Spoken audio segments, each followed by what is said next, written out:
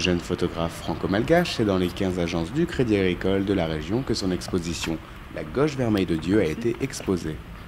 Oui, d'abord, je voudrais vous dire, je suis très ravi de savoir que visiblement ça a déplacé des gens. Tant mieux, je ne m'attendais pas trop à ça, je sais, vous m'apprenez quelque chose. Oui, et donc oui, l'idée c'était ça justement, c'est comme vous le dites, de déplacer, d'amener de la culture aux gens au lieu de faire l'inverse.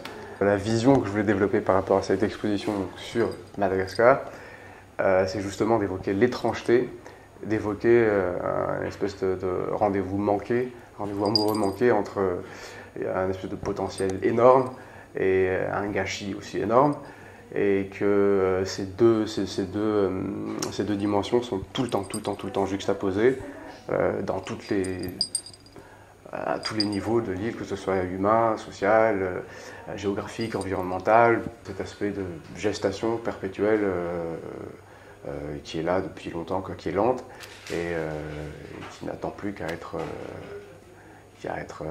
fouettée un bon coup. Majoritairement prise dans la région de Diana, les lieux des photographies n'ont pas été choisis au hasard. Il se trouve que j'ai été dans cette région-là pendant un moment, pendant mes séjours là-bas. Et pourquoi cette région? Parce que déjà il y a le lien entre l'amitié entre la Picardie et cette région, et puis c'est une région francophone et qui est assez liée d'un point de vue culturel et économique aussi au sujet de développement. Voilà. Je suis évidemment très content. J'ai une chance énorme d'avoir été accepté par le Crédit Agricole et que le Crédit Agricole ait accepté d'être en partenaire donc d'avoir soutenu ce projet.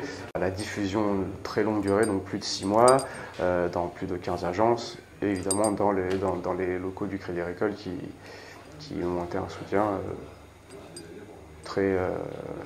je suis très chanceux d'avoir été soutenu par eux pour ça. Premier visiteur concerné, l'exposition suscite auprès des clients de la banque mystère et intérêt. Je trouve ça de façon très onirique, avec un côté humain, c'est assez impressionnant. Généralement dans une banque, on est toujours en train d'attendre, donc en même temps on peut regarder les photos. Notre artiste repart des projets plein la tête en espérant le revoir prochainement sur Amiens.